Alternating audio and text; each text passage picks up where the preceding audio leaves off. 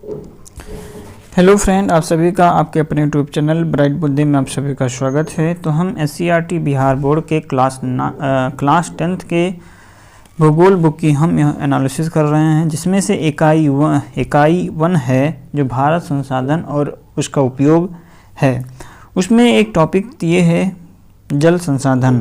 तो जल संसाधन के बारे में पढ़ा जाएगा कि जल संसाधन जो है ये महत्वपूर्ण क्यों हैं, और इसके विषय में कई सारी जानकारियां हैं जो एग्ज़ाम में पूछे जा सकते हैं। तो चलिए शुरू करते हैं। जल संसाधन।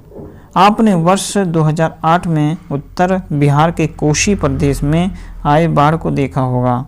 यहाँ इसके विषय में सुना होगा, टीवी, समाचार पत्र, आकाशवाणी पर देखा या सुना होगा कि उस बाढ़ की विभीषिका अत्यंत प्रलयकारी थी, जिसमें अपार जान माल की क्षति हुई।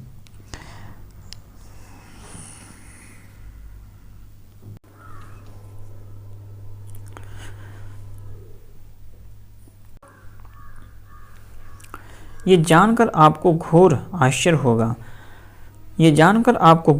होगा कि जल जहाँ एक प्रलय का तांडव करते हैं, तो दूसरी ओर मानवीय आवश्यकताओं को सरल और सुगम बनाकर सभ्यता भी रचते हैं। यही वजह है कि विश्व के लगभग सभी सभ्यताओं का विकास नदी घाटी में ही हुआ है। आधुनिक औद्योगिक युग में भी जल कहीं विद्युत पैदा करने में प्रयुक्त हो रहे हैं, तो कहीं औद्योगिक मशीनों को ठंडा करने में। जैसा कि आपको पता है कि पृथ्वी की सतह का 3/4 भाग जल से ढका है, लेकिन अधिकांश जल लवणीय है।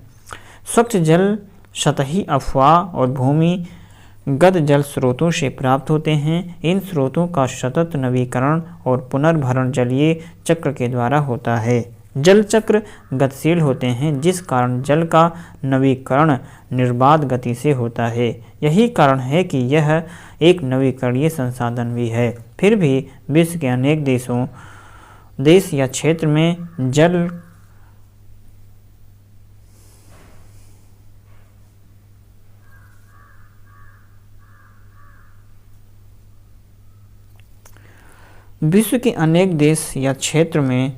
का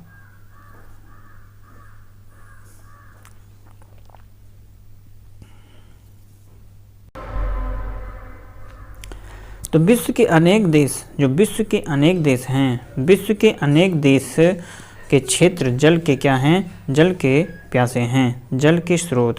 तो हम ये जान सकते हैं कि जल क्या है। जल एक नवीकरणीय संसाधन है और पृथ्वी की सतह पर देखा जाए ये 3/4 भाग पर ही पाया जाता है। और ये नवीकरणीय संसाधन है, 3/4 भाग पर जल प्राप्त होता है। और अधिकांश जल जो है ये लवणीय हैं। 3/4 भाग पे पाया जाता है, लेकिन ये अधिकांश क्षेत्र लवणीय हैं। स्वच्छ जल सतही अफवाह और भूमिगत जल स्रोतों से ही प्राप्त होते हैं। इन स्रोतों का सतत नवीकरण और पुनर्भरण जलीय चक्र के द्वारा होता रहता है। जल के स्रोत। पृथ्वी के अधिकतर जल पर स्थल की उपस्थिति के कारण ही पृथ्वी का नीला ग्रह की संज्ञा दी जाती है। ये जीवों की उत्पत्ति का एक महत्वपूर्ण कारक है। यहाँ जल स्रोत विविध रूपों में पाए जाते हैं। भूपृष्ठीय जल, दूसरा है भूमिगत जल, वायुमंडलीय जल, महासागरीय जल। जल भंडार को ध्यान में रखा जाए तो महासागर सबसे बड़े जल संग्रह केंद्र होते हैं। इसी कारण इसे जलाधि की संज्ञा दी जाती है। क्या आप जानते हैं विश्व के लगभग कुल जल आयतन का 96.5% जल महासागरों में ही पाया जाता है। उनमें मात्र 2.5% ही अलवणीय होते हैं, जिसे मृदु जल कहा जाता है। तो पृथ्वी के अधिकतर स्तर पर जल की उपस्थिति के कारण पृथ्वी को नीला ग्रह कहते हैं और जीवों की उत्पत्ति का जो आधार है, एक महत्वपूर्ण कारक है। यहीं पर जल स्रोत विविध रूप में पाए जाते हैं, जैसे कि भूपृष्ठीय जल के रूप में पाया जाता है। जल मतलब विभिन्न प्रकार से पाया जाता है, जैसे कि भूमि पर उपलब्ध हैं, भूपृष्ठीय जल के रूप में, भूमिगत जल के रूप में, वायुमंडल में और महासागरीय जल में। और ये विश्व के लगभग कुल जल आयतन का 95.5% है, ये महासागर में ही पाया जाता है अकेले। लेकिन पीने योग्य या मृदुल जल जो है वो 2.5% ही है जो पीने योग्य होता है। जीवन में भूपृष्ठीय और भूमिगत जल का ही प्रत्यक्षता उपयोग होता है, अतः इन दोनों स्रोतों का वर्णन किया जा रहा है। भूपृष्ठीय जल क्या है? धरातल पर भूपृष्ठीय जल का मूल स्रोत वर्षण है। धरातल पर जो है भूपृष्ठीय जल का मूल स्रोत वर्षण अर्थात वर्षा है, बारिश के पानी के द्वारा होता है। वर्षण का लगभग 20% भाग वाष्पित होकर के वायुमंडल में चला जाता है और कुछ अंश भूमिगत हो जाते हैं, जबकि अधिकांश भाग नदी नालों, झील के ताबों, ताल तलैया में मिल जाते हैं। शेष जल सागर महासागर में जा मिलता है। उपरोक्त ये सभी भूपृष्ठ पर पाए जाने वाले जल भूपृष्ठीय या धरातलीय जल कहलाते हैं। भूमिगत जल वर्षा जल के धरातलीय छिद्रों से रिस कर कठोर शैलीय आवरण पर जमा जल भूमिगत जल कहलाता है। इस जल के भंडार में भूपृष्ठीय जल का भी योगदान होता है, अर्थात दोनों माध्यम से जल रिस करके बड़ी मात्रा में भूमि या भूगर्भ में एकत्रित हो जाते हैं। इस प्रक्रिया से एकत्रित जल भौम जल के नाम से भी जाना जाता है। जल संसाधन का वितरण। विश्व स्तर पर जल के वितरण को देखा जाए तो पता चलता है अधिकांश जल दक्षिणी गोलार्ध में ही है। जल संसाधन का वितरण। विश्व स्तर पर जल का वितरण अगर देखा जाए तो सबसे ज़्यादा अधिकांश जल कहाँ पर है? ये दक्षिणी गोलार्ध में है। इसी कारण दक्षिणी गोलार्ध को जल गोलार्ध और उत्तरी गोलार्ध को स्थल गोलार्ध के नाम से जाना जाता है। पृथ्वी पर उपलब्ध जल के अधिकांश भाग लवण की उच्च सांद्रता धारण करते हैं, फिर भी जैव विविधताएं हेतु ये महत्वपूर्ण हैं। जहाँ मछलियाँ, समुद्री जीव जंतु, वनस्पतियों, खनिजों का भंडार पाया जाता है। आप जानते हैं कि विश्व के कुल मृदु का जल लगभग मृदु जल जो है 75% जो है 75% अंटार्कटिका, ग्रीनलैंड, पर्वतीय क्षेत्रों में बर्फ की चादर या हिमनद के रूप में पाया जाता है और लगभग 25% भूमिगत जल स्वच्छ जल के रूप में उपलब्ध होते हैं। तो 25% जल जो है ये स्वच्छ जल के रूप में उपलब्ध है। 75% या 75% तक जल जो है अंटार्कटिका, ग्रीनलैंड एवं पर्वतीय क्षेत्रों में बर्फ के चादर या हिमनद के रूप में पाया जाता। 25% भूमिगत जल स्वच्छ जल के रूप में उपलब्ध है। तो दक्षिणी गोलार्ध में बात किया जाए तो जल की अधिकता दक्षिणी गोलार्ध में। उत्तरी गोलार्ध जो है उसे हम स्थल गोलार्ध के नाम से जानते हैं। मछलियाँ, समुद्री जीव, वनस्पति, खनिजों का ये भंडार पाया जाता है। भारत में जल संसाधन का वितरण अपर्याप्त है क्योंकि भारत में विश्व का लगभग 16% आबादी निवास करती है और इस आबादी के लिए विश्व का 4% स्वच्छ जल ही उपलब्ध है। भारत में प्रति वर्ष 4000 घन किलोमीटर जल वर्षण से तथा 1869 घन सेंटीमीटर जल भूपृष्ठीय जल से प्राप्त होते हैं। कुल भूपृष्ठीय जल का लगभग 2/3 भाग देश की 3 बड़ी नदियों सिंधु, गंगा, ब्रह्मपुत्र में प्रवाहित है। आज भारत में जल भंडारण हेतु जलाशयों का निर्माण द्रुत गति से हो रहा है, जिसकी जल भंडारण की क्षमता लगभग 174 अरब घन मीटर हो गई, जो देश की स्वतंत्रता के समय 18 अरब घन मीटर थी।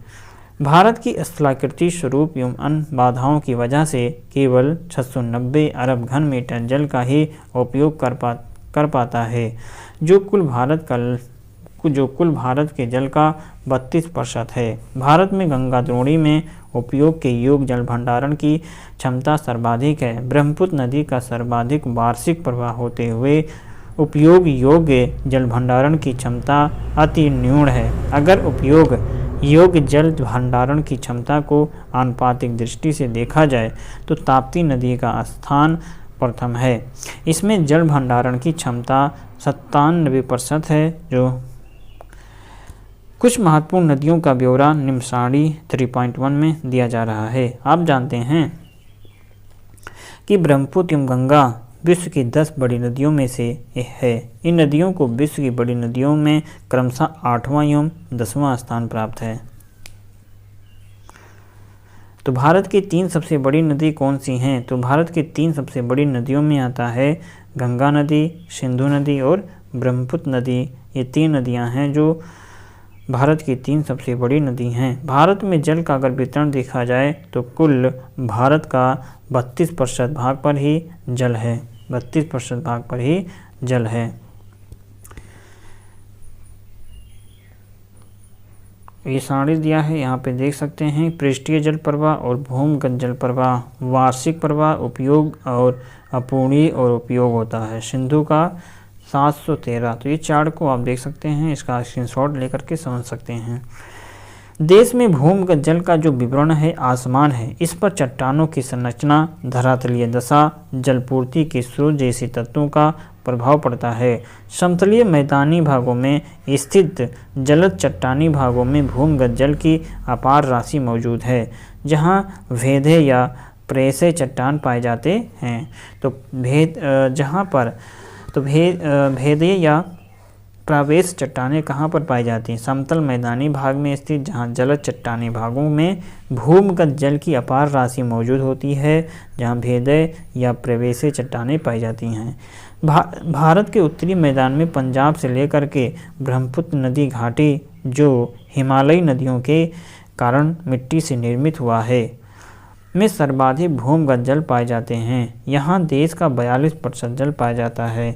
एक अनुमान के अनुसार भारत में लगभग 443.9 अरब घन मीटर भूमिगत जल उपलब्ध है, जिसका 19% जल अकेले उत्तर प्रदेश में पाया जाता है।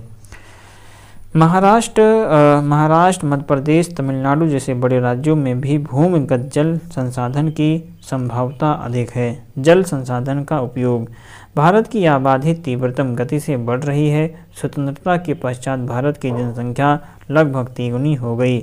आबादी वृद्धि के साथ जल की सभी क्षेत्रों में मांग जो है ये त्वरित गति से बढ़ी है।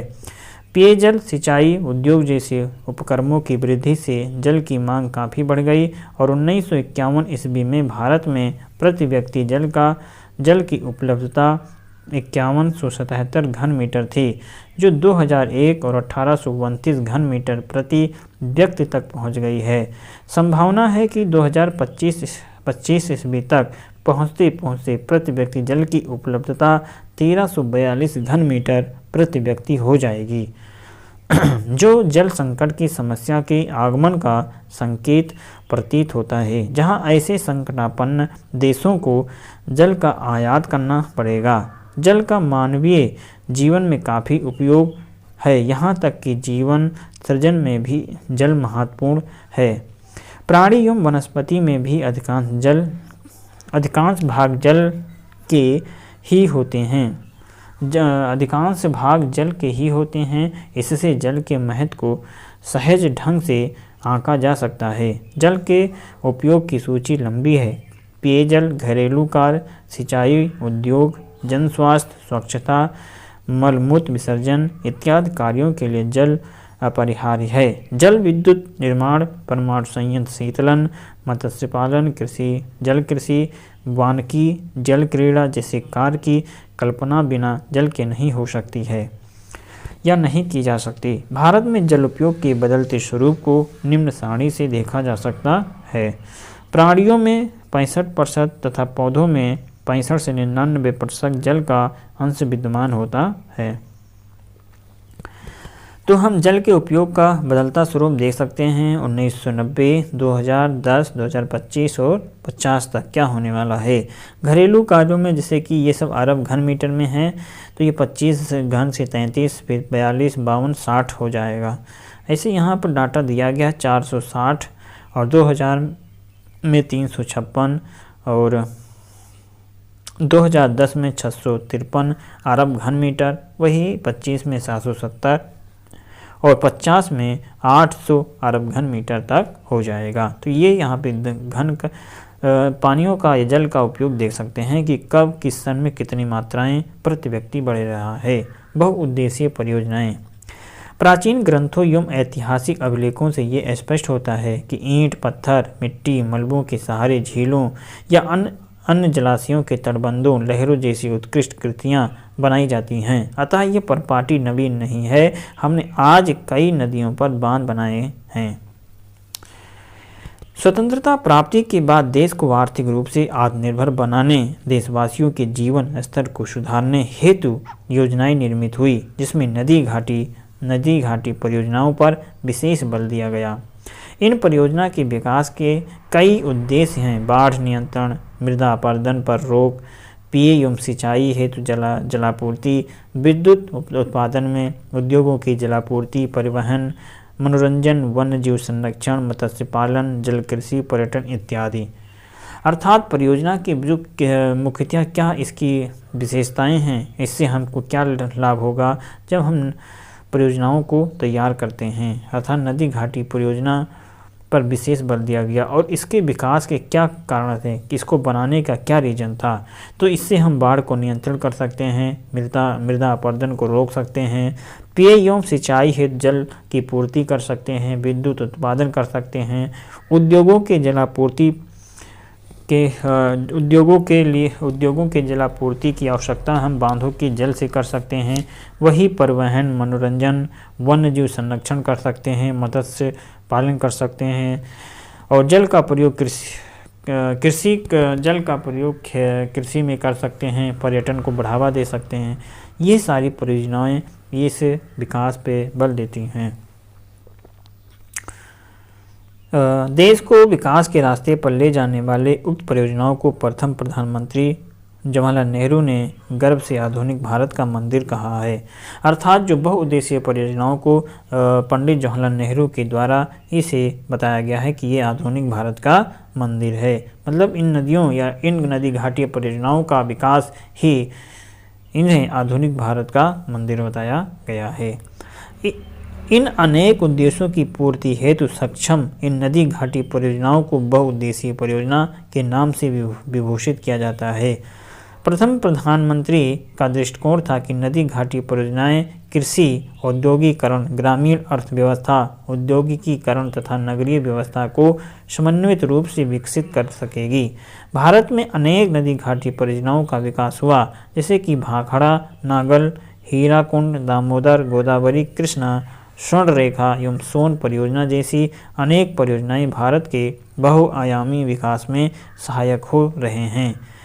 गत कुछ वर्षों से बहुउद्देशीय परियोजनाओं एवं बांध विरोध एवं पुनर्निरीक्षण का कारण बनते रहे हैं।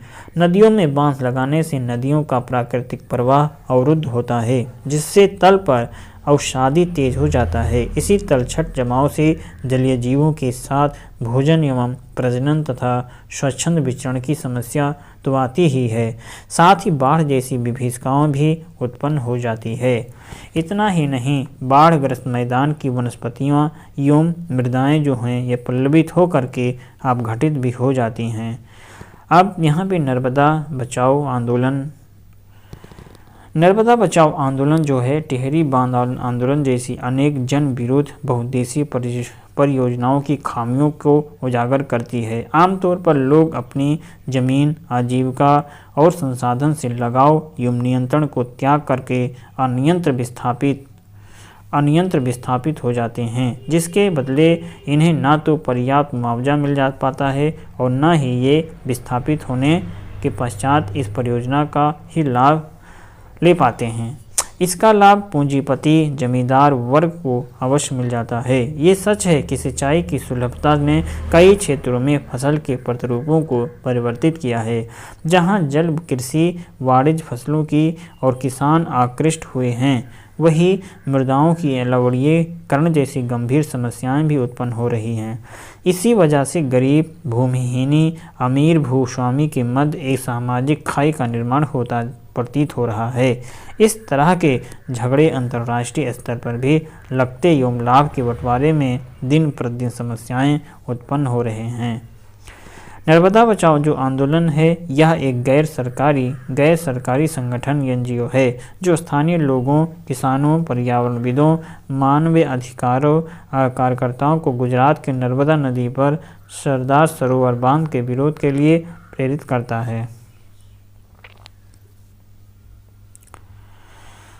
अक्सर ये देखा जाता है कि जो नदी घाटी परियोजनाओं के द्वारा वांछित उद्देश्यों की पूर्ति न करने की वजह से विरोध एवं आपत्तियां उठाई जाती हैं। इन बांधों का निर्माण बाढ़ नियंत्रण के लिए होता है। उनके जलाशयों में तलछट जमाव होने से बाढ़ की स्थिति उत्पन्न हो जाती है।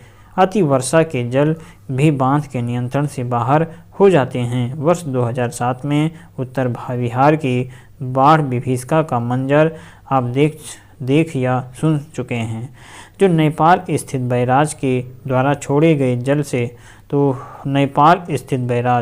नेपाल कहाँ पर, बैराज के द्वारा छोड़े गए जल से अति विकट हो गई, जिससे जान माल की क्षति के साथ साथ भूमि निम्नीकरण की समस्या भी इजाफा हुआ। ऐसा माना जाता है कि बहुउद्देशीय परियोजनाओं के कारण भूकंपन की संभावना बढ़ जाती है। इतना ही नहीं, बाढ़ से जल प्रदूषण, जल जनित बीमारियां, फसलों में कीटाणु जनित बीमारियां का भी संक्रमण हो जाता है। जल संकट, जल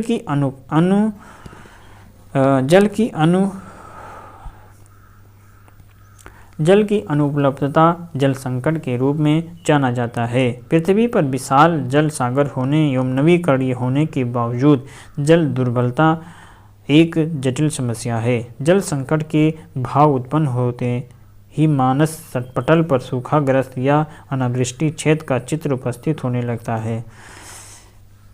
क्या आप जानते हैं, स्वीडन के एक विशेषज्ञ फाल्कन मार्क के अनुसार प्रत्येक व्यक्ति को प्रतिदिन 1000 घन मीटर जल की आवश्यकता है। इससे कम जल उपलब्धता जल संकट है। जल संकट की स्थिति का आकलन किया जा सकता है। हम वर्षा में वार्षिक और मौसमी परिवर्तन के कारण जल संसाधन की उपलब्धता के समय और स्थान की विभिन्नता से इनकार नहीं कर सकते। प्रायः जल की कमी, इसकी अति शोषण, अति उपयोग एवं समाज के विविध वर्गों में जल की असमान वितरण से उत्पन्न होता है। आप जानते हैं कि किसी क्षेत्र में प्रचुर जल उपलब्धता के बावजूद वहां जल दुर्बलता व्याप्त हो जाती है। हमारे कई शहर इसके उदाहरण हैं। बढ़ती जनसंख्या, उनकी मांग तथा जल के असमान वितरण भी जल दुर्बलता का परिणाम है। जलाधिक्य से न केवल जल का घरेलू उपयोग बढ़ता है, बल्कि अधिक अनाज उत्पादन हेतु जल संसाधन का अतिशोषण कर सिंचित भूमि में भी अभिवृद्धि की जा रही है, जिससे शुष्क ऋतु में कृषि किया जा सके। अक्सर देखा जाता है कि किसान खेतों पर अपने निजी कुएं और नलकूपों के द्वारा भूमि सिंचित कर कृषि उत्पादन को बढ़ा रहे हैं, परंतु जरा आप ये सोचिए, इसका परिणाम क्या होगा। इससे भूमिगत जल स्तर नीचे गिर सकता है और जल की उपलब्धता में कमी आ जाएगी। जैव समुदाय में पेयजल के अभाव के साथ भोजन सुरक्षा भी खतरे में पड़ जाएगा। स्वतंत्रता के पश्चात भारत में तीव्र गति से औद्योगिकरण, नगरीकरण का विकास हुआ। आज बहुराष्ट्रीय कंपनियों ने भी अपने पैर जमा लिए हैं। उद्योगों की वजह से मृदुल जल जो होते हैं, मीठा जल पर दबाव बढ़ रहा है। इन उद्योगों को संचालित करने के लिए ऊर्जा की आवश्यकता होती है, जिसकी अधिकांशतः पूर्ति जल विद्युत के द्वारा होती है। शहरों में बढ़ती आबादी एवं शहरी जीवन शैली के कारण जल एवं विद्युत की आवश्यकता में त्वरित वृद्धि हुई है।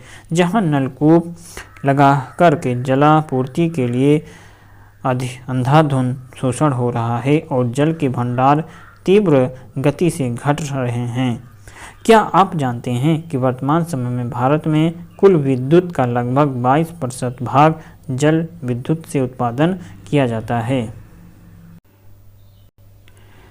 अभी तक हमने जल संकट के मात्रात्मक पहलू पर चर्चा किया है, परंतु हमारे देश में कुछ ऐसी भी परिस्थितियां हैं जहां जल का पर्याप्त होने के बावजूद लोग प्यासे हैं। बता सकते हैं कि ऐसा क्यों? इस दुर्बलता का क्या कारण है?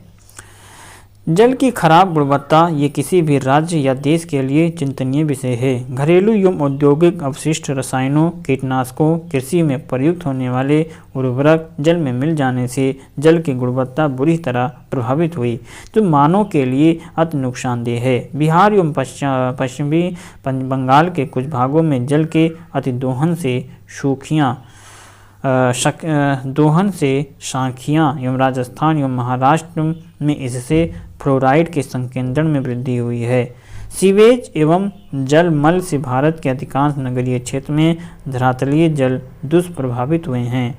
भारत की अधिकतर नदियां आज प्रदूषित हो गईं। अनेक छोटी नदियां तो अत्यंत ही विषैली हो गई हैं।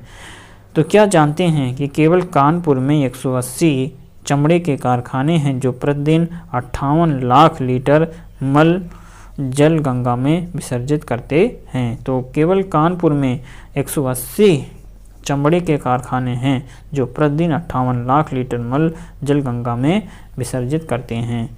जल संरक्षण एवं प्रबंधन की आवश्यकता। आपने अनुभव किया होगा कि जल संसाधन की सीमित आपूर्ति, तेजी से फैलते प्रदूषण एवं समय की मांग को देखते हुए जल संसाधनों का संरक्षण प्रबंधन अपरिहार्य है, जिससे कि स्वास्थ्य, जीवन, खाद्यान्न सुरक्षा, आजीविका, उत्पादक अनुक्रियाओं को सुनिश्चित किया जा सके, नैसर्गिक परिवर्तनों के निम्नीकरण पर विराम लग सके। जल संसाधन की दुर्बलता या संकट निवारण हेतु सरकार ने सितंबर 1987 में राष्ट्रीय जल नीति को स्वीकृत किया। कालांतर में कई समस्याओं के उभरने के कारण इसे संशोधित कर राष्ट्रीय जल नीति 2000 के रूप में प्रस्तुत किया गया है। इसके अंतर्गत सरकार ने जल संरक्षण हेतु निम्न सिद्धांतों को ध्यान में रख कर के योजनाओं को निर्मित किया। जल की आवश्यकताओं को बनाए रखना, जल को प्रदूषित होने से बचाना और प्रदूषित जल को स्वच्छ कर उसका पुनर्चक्रण करना। तो यहाँ पे सितंबर 1987 में राष्ट्रीय जल नीति, लेकिन इसे संशोधित करके राष्ट्रीय जल नीति 2002 के रूप में प्रस्तुत किया था। तो पहली जल नीति आई थी 1987 में, उसके बाद सन 2002 में आया था। भूमिगत जल की पुनर्पूर्ति। पूर्व राष्ट्रपति जो थे डॉक्टर अब्दुल कलाम ने जल मिशन संदर्भ देकर के भूमि जल पुनर्वृत्ति पर बल दिया, जिससे खेतों, गांवों, शहरों, उद्योगों को पर्याप्त जल मिल सके। इसके लिए वृक्षारोपण, जैविक तथा कंपोस्ट खाद प्रयोग और वेटलैंड्स का संरक्षण, वर्षा जल के संचयन एवं मल जल शोधन, पुनर्चक्रण जैसे क्रियाकलाप उपयोगी हो सकें। शहरीकरण, भवन निर्माण, रेल मार्ग तथा सड़क पक्कीकरण भूमि जल पुनर्पूर्ति के बाधक होते हैं। जल संभर प्रबंधन। जल प्रवाह या जल जमाव का उपयोग कर उद्यान कृषि, वानिकी, जल कृषि एवं कृषि उत्पादन को बढ़ाया जा सकता है।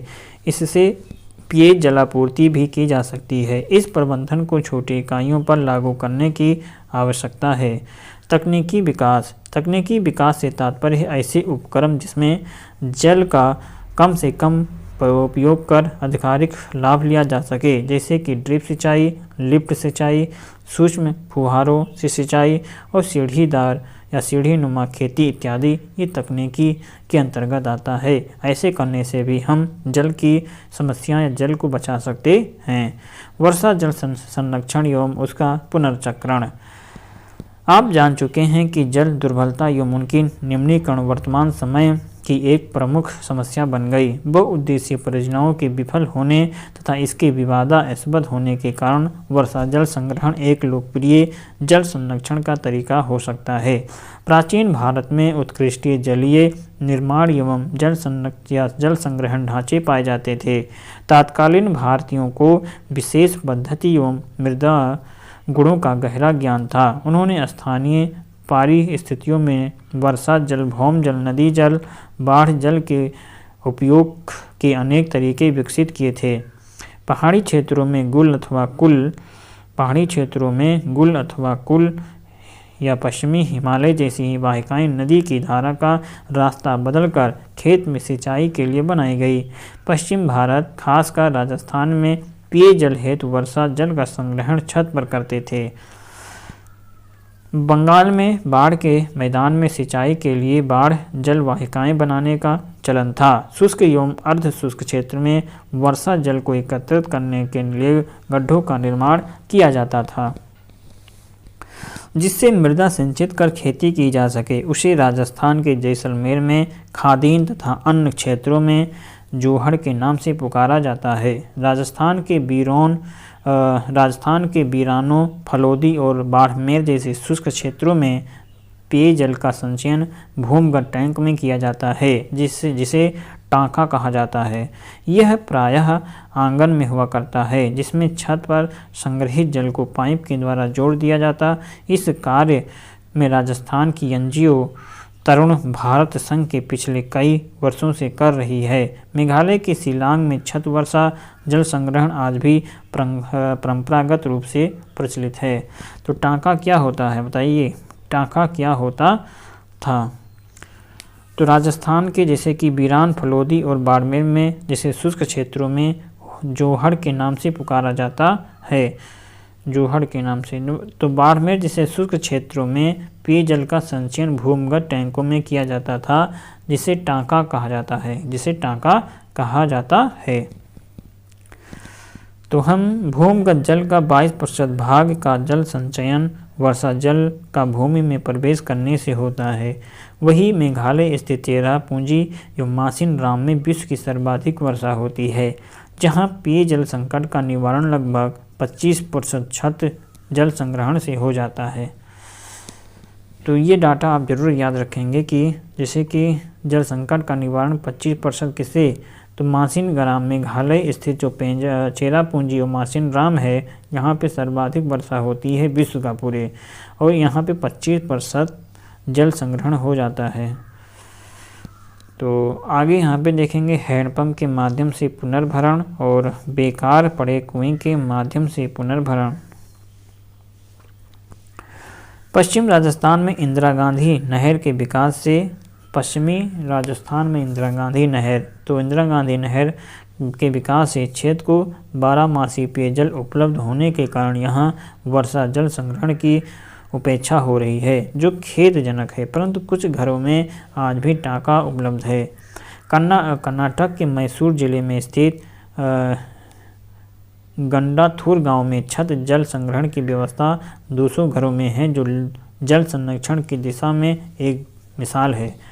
इनके ढांचों की जानकारी 3.14 में दिया गया है। 3.14 चित्र में दिया गया है। 3.4 में दिया है। चित्र कहाँ है? 3.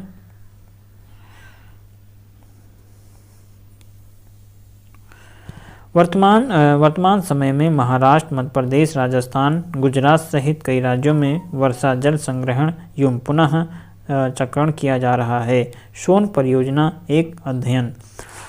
स्वतंत्र उपरांत भारत में आर्थिक, सामाजिक, व्यापारिक सहित समग्र विकास के उद्देश्य से जल संसाधन के उपयोग हेतु योजनाएं तैयार की गई।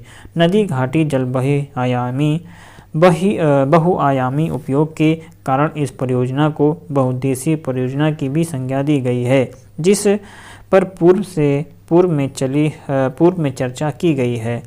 बिहार में भी इन उद्देश्यों को ध्यान में रख करके कई परियोजनाएं बनाई गई, जिनमें से 3 प्रमुख परियोजना है: सोन परियोजना, गंडक परियोजना, कोसी परियोजनाएं। तो एग्जाम में पूछा जा सकता है कि इनमें से कौन सी बिहार की परियोजना नहीं है। 3 ऑप्शन दिया रहेगा: सोन परियोजना, गंडक और कोसी, और एक कोई और रहेगा जो बिहार की परियोजनाओं के अंतर्गत नहीं आएगा। तो ये जान सकते हैं कि जो सोन, गंडक और कोसी परियोजना है, ये बिहार की प्रमुख परियोजना है। सोन नदी परियोजना बिहार की सबसे प्राचीन परियोजना के साथ साथ यहाँ की पहली परियोजना है। ये एग्जाम में यहाँ से आया गया था कि कौन सी योजना नदी घाटी परियोजना सबसे पुरानी है। तो यहाँ पे सोन नदी घाटी परियोजना बिहार की सबसे पुरानी परियोजना है, साथ साथ यहाँ की पहली परियोजना भी है। बिहार की पहली परियोजना सोन नदी है।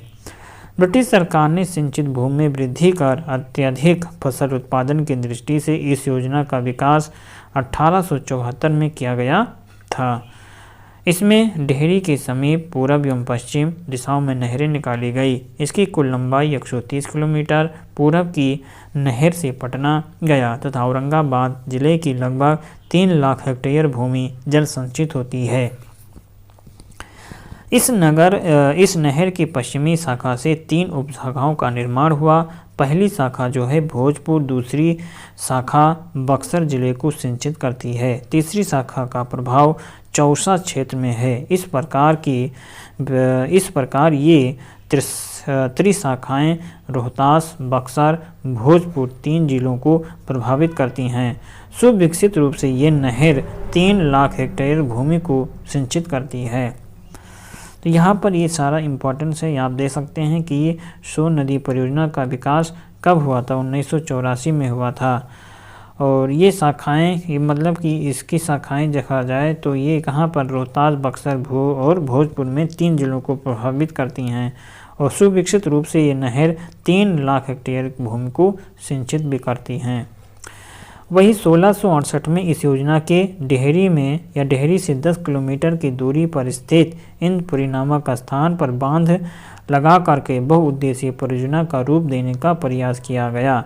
इससे पुराने नहरों जल का बैराज से पुनर्पूर्ति और नहरी विस्तारीकरण सुदृढ़ीकरण हुआ। यही वजह है कि सोन का यह सूखाग्रस्त प्रदेश आज बिहार का चावल का कटोरा के नाम से जाना जाता है। इस परियोजना के अंतर्गत जल विद्युत उत्पादन हेतु शक्ति गृह भी स्थापित हुए हैं। पश्चिमी नहर पर डेहरी के समीप शक्ति गृह की स्थापना की गई। तो शक्ति गृह की स्थापना कहाँ पर किया गया है, तो ये डेहरी के समीप किया गया। इसमें 6.6 मेगावाट ऊर्जा प्राप्त होती है। इस परियोजना का या इस ऊर्जा का उपयोग डालमिया नगर का एक बड़े औद्योगिक प्रतिष्ठान के रूप में उभर रहा है। इसके अतिरिक्त पूर्वी नहर शाखा पर बारूण नामक स्थल पर भी शक्ति गृह लगाया गया है। तो बारूण नामक स्थान पर शक्ति गृह लगाया गया है, जहां 3.3 मेगावाट विद्युत उत्पादन की जा रही है। इस परियोजना के नहरों का पुनरुद्धार हो रहा है। सोन की सहायक नदी रिहंद के जल का उपयोग उत्तर प्रदेश सरकार करती है, जिससे सोन को जल की कमी झेलनी पड़ती है। बिहार सरकार उत्तर प्रदेश सरकार से वार्ता के माध्यम से सार्थक समाधान के लिए पहल कर रही है।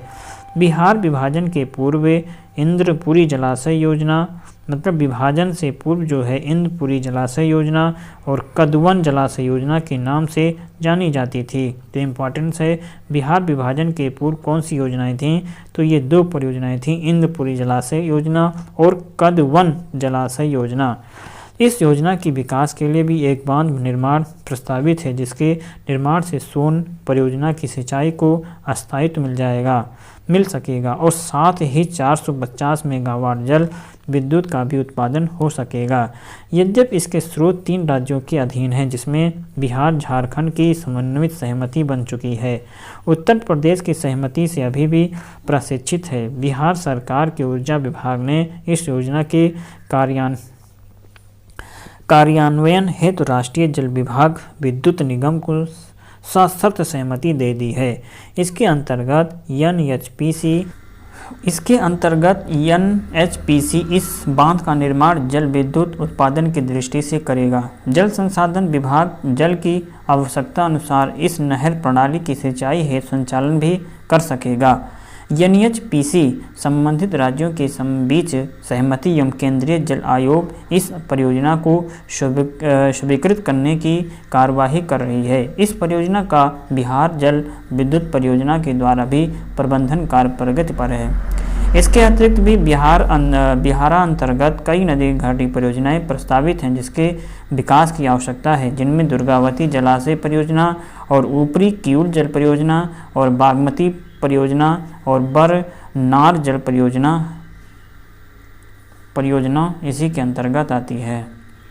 तो ये सारे परियोजनाएं बिहार में ही हैं। कौन कौन से, जैसे दुर्गावती जलाशय परियोजना और ऊपरी क्यूल जलाशय परियोजना और बागमती परियोजना और बरनार जलाशय परियोजना, ये सभी परियोजनाएं बिहार में ही हैं। तो आप जरूर ध्यान रखेंगे, दुर्गावती, ऊपरी क्यूल और बागमती और बरनाल जलाशय परियोजना जो एग्जाम की दृष्टि से बहुत ही महत्वपूर्ण है। तो बिहार विभाजन के पूर्व कौन सी परियोजनाएं थी? इंद्रपुरी जल परियोजना और कदवन जलाशय योजना, ये बिहार से पूर्व जानी जाती हैं। इसी के साथ यह अध्याय समाप्त होता है। तो बृहद क्षेत्र में जल की उपस्थिति के कारण पृथ्वी को क्या कहा जाता है? तो हम नीला ग्रह कहते हैं। कुल जल का कितना प्रतिशत भाग महासागरों में है? तो 95.5% है। देश के बांधों को किसने भारत का मंदिर कहा था? तो ये पंडित नेहरू ने कहा था, पंडित जवाहरलाल नेहरू ने। प्राणियों के शरीर में कितना प्रतिशत जल की मात्रा निहित होती है? तो प्राणियों के अंदर आपको बताना है कमेंट बॉक्स में। बिहार में अति जल दोहन से किस तत्व का संकेंद्रण बढ़ा है? फ्लोराइड, आर्सेनिक, क्लोराइड या आर्सेनिक, किस तत्व का? बिहार में अति जल शोधन से या दोहन से किस तत्व का संकेंद्रण बढ़ा है? तो ये भी ऊपर ही हम सब यहाँ पर पढ़ा गया था कि किसका दोहन बढ़ा हुआ था। चावल का कटोरा भी बिहार का कौन सा है? सोन के ये सूखाग्रस्त प्रदेश जो होते हैं, बिहार का चावल का कटोरा का नाम से विभूषित है। तो कौन से? जहाँ पे नदियों का सर्वाधिक है छेद देखने को मिलता है। तो कौन सी परियोजनाएं ज़्यादा?